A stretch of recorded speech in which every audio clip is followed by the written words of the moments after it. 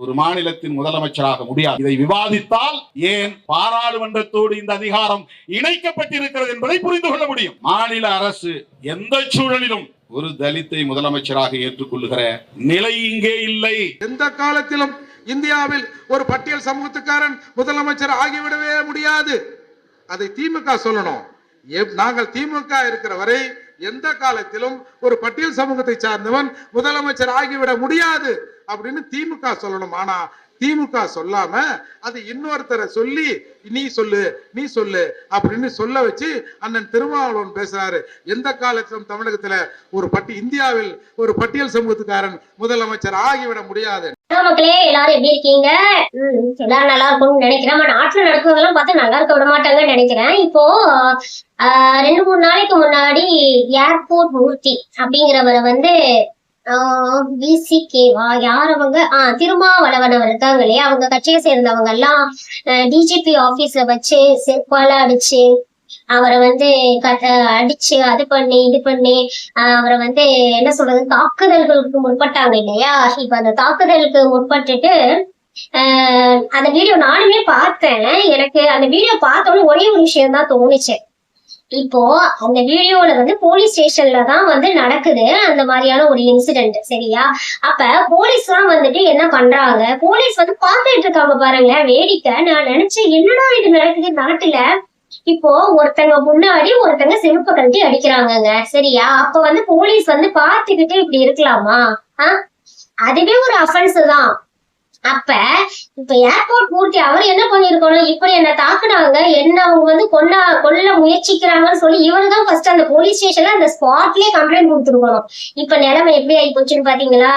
இப்ப என்ன பண்ணிட்டாங்க, அவர் மேல கம்ப்ளைண்ட் போட்டு அவரை வந்து உள்ள தூக்கி வைக்கிறதுக்காக எல்லா விஷயத்தையும் இப்ப பண்ணிட்டு இருக்காங்க, சரியா? இந்த மாதிரியான ஒரு விஷயம் எல்லாம் நடந்துட்டு இருக்கு. அதுக்கப்புறம் வந்து அந்த இது பார்த்த நானு ஒரு அண்ணா, யாரது அந்த இதுல வந்து என்ன சொல்றது விசிகாவை சேர்ந்த ஒரு அண்ணா வந்து நம்பர் பிளேட்டே இல்லாம வந்து வண்டியை ஓட்டிக்கிட்டு போனாரு, சரியா? நம்பர் பிளேட் இல்லாம ஒருத்தவங்க வண்டி ஓட்டுறாங்கன்னாவே நிச்சயமா பாத்துக்காங்க அவங்க எப்படிப்பட்ட ஆளா இருப்பாங்கன்னு, சரியா? இப்ப இதெல்லாம் வந்து டிராபிக் போலீஸ் பாக்கலையா? இப்ப நம்பர் பிளேட் இல்லாம வண்டி போகுது இல்ல டிராபிக் போலீஸ்க்குலாம், இதுக்கெல்லாம் நீங்க ஃபைன் போடுறது கிடையாது. என்னப்பா இது நாட்டுல தெரியலப்பா, சரியா? இதெல்லாம் பேச சுத்தமாயிட போகுது, சரியா? இப்பவே நான் ஒரு டிஸ்க்ளைமர் கொடுத்துறேன். இந்த மாதிரியான பேசுறதுக்கு நான் பொறுப்பு கிடையாது. நான் வந்து எதையும் வந்து மிகைப்படுத்தி எல்லாம் பேச கிடையாது. இருக்கதான் சொல்றேன் நான் பார்த்தது. அப்படி நீங்க யாரையாச்சும் வந்து ஏதாச்சும் கேட்கணும்னா யார் யாரெல்லாம் வந்து சேனல்ல வந்து ஒளிபரப்புனாங்களோ அவங்களதான் நீங்க ஃபர்ஸ்ட் கேட்கணும், அதுக்கப்புறம் என்ன வந்து கேட்கணும், சரியா? இப்ப வந்து அடிச்சுட்டு ஒரு லத்தி வச்சிருக்காரு அந்த அண்ணா, யாரு விசிகாவை சேர்ந்த யாரு செருப்பாடு அடிச்சாரு இல்லையா, அவர் வந்து லத்தி வச்சிருக்காரு. இப்போ லத்தி வந்து போலீஸ் கிட்ட தானே இருக்கும். இப்ப லத்தி வச்சுதானே நிறைய பேர் இப்ப கொண்டாங்க இல்லையா, யாரு அஜித் அந்த தம்பியை வந்து கொண்டாங்க இல்லையா, அப்ப லத்தியால அடிச்சாங்க தானே. அப்ப லத்தி யாருக்கிட்ட இருக்கும், போலீஸ் கிட்ட இருக்கும். அப்ப போலீஸ் கிட்ட இருக்கக்கூடிய லத்தி வந்து எப்படி அவர்கிட்ட வந்தது? டக்குன்னு வந்து கீழே போட்டு போறாரு. இப்ப வந்து லத்தியா இருக்கட்டும் இதெல்லாம் வந்து அவங்களுடைய வெப்பன்ஸ், போலீஸோட வெப்பன்ஸ், அவங்களுக்கே உரித்தான ஒரு விஷயம். அதை எப்படி வந்து ஃபர்ஸ்ட் நீங்க வந்து வாங்கலாம்? இப்ப போலீஸ் இருக்காங்கன்னா போலீஸ் கிட்ட வந்து போலீஸை தாக்கி கொடுத்தாலே கொடுங்க அப்படின்னு சொல்லி வாங்குறது ஒரு வகை, சரியா? இன்னொன்று வந்து ஃப்ரெண்ட்லியா ஒருவேளை போலீஸ் இருந்தா இந்தாப்பா தம்பி வச்சுக்கிறதுங்கிறது ஒரு வகை. அப்ப இது வந்து தெரிஞ்சு நடந்ததா தெரியாம நடந்ததா? இப்போ ஒரு விஷயம் நடக்கிறப்ப போலீஸ் ஸ்டேஷன்ல நடக்குதுன்னா ஃபர்ஸ்ட் வந்துட்டு சும்மா சாதாரணமா ஒருத்தவங்க போனாவே என்னப்பா இப்படி பண்றீங்க அப்படின்னு சொல்லிட்டு கேட்பாங்க எல்லாரும். அப்ப இவ்வளவு பெரிய விஷயம் நடக்குது, அவர் வந்து ஒரு கட்சியினுடைய தலைவரும் கூட. அப்ப நடக்கிறப்போ வந்து எல்லாரும் பாத்துட்டு இருக்கீங்க, சரி போலீஸ் பாத்துட்டு இருந்துச்சா? இதுல என்ன காமெடினா அங்க அத்தனை பத்திரிகைக்காரங்க இருக்காங்க, ரிப்போர்ட்டர்ஸ். ஏன்பா ஒருத்தங்க வந்து அவ்வளவு தூரம் அடிக்கிறாங்க, சரிப்பா இப்ப செருப்பால அடிக்க வந்தாங்க அதனால போச்சு. நாளைக்கே வந்து எகரீதமா வந்து பண்ணியிருந்தாங்கன்னு வச்சுக்கோங்க, செருப்பால அடிச்சாங்க அதனால ஒண்ணும் பிரச்சனை இல்லை. நாளைக்கே வந்து அவர் உயிர் போற மாதிரி ஏதாச்சும் ஒரு விஷயத்த வந்து அவங்க பண்ணியிருந்தாங்கன்னு வச்சுக்கோங்க. இப்படித்தான் நீங்க எல்லாரும் வந்து வீடியோ ஷூட் பண்ணிட்டு இருக்கீங்களா? அப்ப அங்க போய் ஒருத்தங்களை காப்பாத்தணும் அத்தனை ஆண்கள் நிக்கிறீங்க, ஒரு 10-15 ஆண்கள் சுத்தி நிக்கிறீங்க, எல்லாம் ஒருத்தங்க 2 பேர் வந்து ஒருத்தரை அடிக்கிறப்ப பாத்துக்கிட்டு நிக்கிறீங்க. அந்த 10 ஒரு ஆள் வீடியோ எடுத்தா பத்தாதா? ஏன் ஒரு சேனல்ல வீடியோ எடுத்து இன்னொரு சேனல் அப்ப உங்களுக்கு எது ரொம்ப முக்கியமா இருக்கு? உங்களுடைய டிஆர்பி தான் இங்க முக்கியமா தெரியுது, மனிதாபிமானம் இங்க தெரியல, கரெக்டா? நிக்கிறாங்கங்க. எனக்கு ரொம்ப அது ஆச்சரியமா போச்சு. என்னப்பா ஒருத்தர்கள் கூட அப்ப வந்து அதை போக்கஸ் பண்ணிட்டு இருக்காங்க. அந்த வீடியோவை எடுத்துட்டு வந்து எல்லாரும் யங்ஸ்டர்ஸ், எல்லாரும் ஒரு 40 வயசுக்குள்ள உட்பட்ட மனிதர்கள் தான் அங்க இருக்கவங்க எல்லாம். அப்ப ஒருத்தங்க அடிக்கிறாங்கன்னா போய் இதே வந்து உங்க வீட்டுல யாரையாச்சும் அடிச்சிருந்தா என்ன பண்ணிருப்பீங்க? உங்க ஊருக்காரங்களும் உங்க ஜாதிக்காரங்களை ஏதாச்சும் ஒண்ணு பண்ணியிருந்தா எட்ரா அப்படின்னு சொல்லிட்டு போய் இடிச்சு தள்ளி இது பண்ணிருப்பீங்க. எல்லா ஜென்ஸும் சேர்ந்து பண்ணிருப்பீங்கல்ல. அப்படியே நீங்க வீடியோ எடுத்துட்டு இருக்கீங்க. உங்களை எல்லாம் என்ன பண்றதுன்னே தெரியலையே. சரி, ஒருத்தங்க வீடியோ எடுப்பா தம்பி, நாங்கெல்லாம் போய் காப்பாத்தணும். 4-5 பேர் போய் அந்த விஷயத்த தடுத்திருக்க முடியும் தானே. மிச்ச 10 இருந்த 10 பேர் 15 பேர்ல 7 பேர் வந்துட்டு வீடியோ எடுத்துட்டு மிச்சம் 8 பேர் வந்துட்டு போய் காப்பாத்திருக்கலாம்ல. என்ன இது செருப்பால் அடிச்சதுனால போச்சு. ஒரு வேலை வந்து வேற ஏதாச்சும் பண்ணிருக்காங்கன்னா இப்படிதான் வீடியோ எடுத்திருப்பீங்கல்ல. சரி, ஓகே, இவங்களையும் விட்டு தள்ளுங்க. அப்புறம் வந்து மக்கள், அங்க இருக்க மக்கள் எல்லாரும் என்னப்பா அத்தனை பேர் ஆட்டோல போறீங்க, அத்தனை பேர் வந்து என்ன சொல்றது வண்டியில போறீங்க, கார்ல எல்லாம் போறீங்க, பாத்துக்கிட்டு போறீங்க. சரி, பஸ்ல போறவங்கனாலதான் இறங்கி வந்து ஒரு விஷயத்த பண்ண முடியாது. இப்ப கார்ல எல்லாம் போறீங்க, கார்ல போறவங்க கூட வந்து இறங்கி என்னன்னு கேட்க கூடாதா? இல்ல வந்து யாரோ ஒருத்தவங்களை அடிக்கிறாங்க, அவர் நல்லவரு கெட்டவர் அதெல்லாம் அப்பாற்பட்ட விஷயம். சரியா? அவர் மேல தப்பு இருக்கு கரெக்ட் இருக்கு அதெல்லாம் செகண்டரி. ஆனா ஒருத்தங்களை அஃபென்ஸ் பண்ணி பண்றாங்க, அத எல்லாரும் கண்ணு முன்னாடி பாக்குறீங்க. இப்பதான் எனக்கு தெரியுது ஏன் தமிழ்நாடு வந்து இன்னுமே முன்னேறாம இருக்கு அப்படின்னு சொல்லிட்டு. இதெல்லாம் பாக்குறப்ப நிச்சயமா எத்தனை சீமான் அண்ணா வந்தாலும் தமிழ்நாட்டை மாத்த முடியாதுன்ற ஒரு முடிவுக்கு நான் வந்துட்டேன். சரியா? அதனால வந்து நிச்சயமா வாய்ப்பே கிடையாது. இவங்க எல்லாம் மாறவும் மாட்டாங்க, மாத்தக்கூடிய யாராச்சும் வந்தாலும் விடவும் மாட்டாங்க. இவங்க எல்லாருமே பாக்குறீங்கல்ல, ஒரு விஷயம் நடக்குது, ஒரு 4 பேர் ஒற்றுமை இல்லாத ஒரே ஒரு விஷயம் எவ்வளவு பெரிய விஷயம்னு பாருங்க. சரியா? இப்போ இந்த மாதிரி பண்ணிட்டு இருந்தாங்கல்ல, இப்போ ஒரு விஷயம் கேட்டுக்கங்க. இப்போ வந்து அவங்க என்ன கூட கொள்ளலாம்ல இந்த மாதிரி எல்லாம் போடுறதுக்காக. சரி, பரவாயில்ல, கொண்டா கொண்டு போறாங்க, செத்தா செத்துட்டு போவோம். வீடியோஸ் எல்லாம் வந்து பாக்குறப்ப எதுக்காக இவரை வந்து இந்த மாதிரி டார்கெட் பண்றாங்க அப்படின்னு சொல்லிட்டு பாக்குறப்ப வந்து பாத்தீங்கன்னா விசிகாவை சேர்ந்த அண்ணர்மார்கள்லாம் என்ன பண்ணிட்டாங்கன்னா இவர் மேல வந்து போயிட்டு இவர் வந்து பக்கத்து, அதாவது அவங்க தாக்குதல் செருப்பால் அடிச்சாங்க இல்லையா, அவங்க எல்லாரும் டீ குடிக்க போனாங்களாம். அது அவங்க ஏரியாவாம்.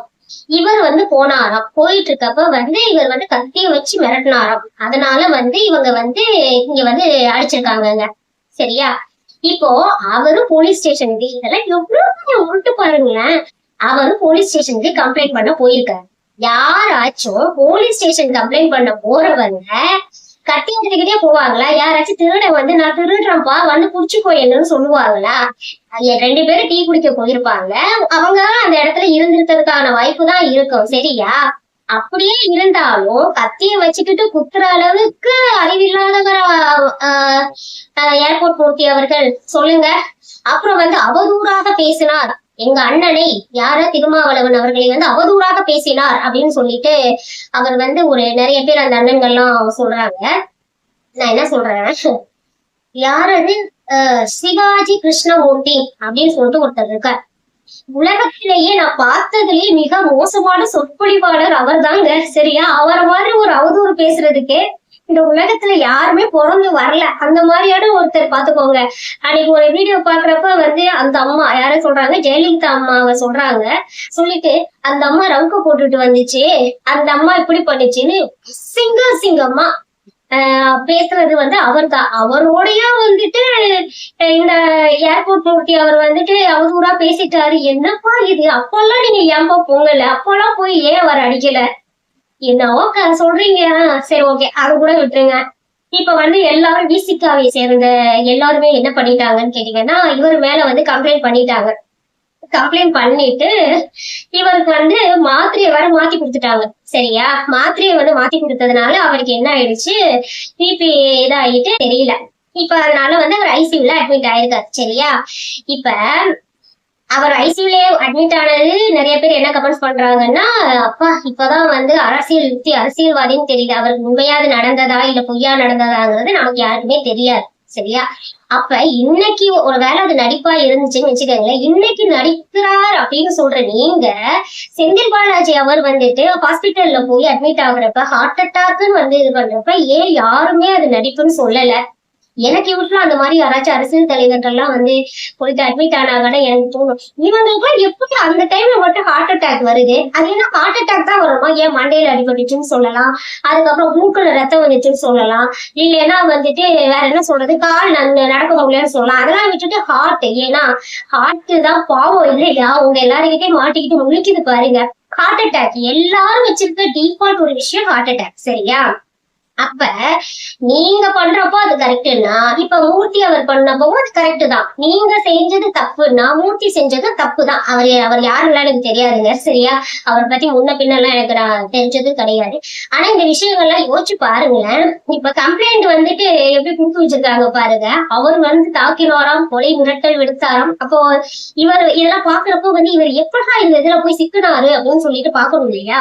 அப்ப வந்து ஒரு வீடியோல பாக்குறப்ப திருமாவளவன் வந்து ஒரு விஷயத்த சொல்லியிருக்காரு. என்னன்னா, இந்த மாதிரி வந்து தலித்துகள் யாரும் வந்துட்டு தமிழ்நாட்டில் முதலமைச்சரா ஆக முடியாது, எந்த ஒரு இந்திய நாட்டிலும் வந்து முதலமைச்சரா ஆக முடியாது அப்படின்னு சொல்லிட்டு அவர் வந்து சொல்லியிருக்காரு. சரியா?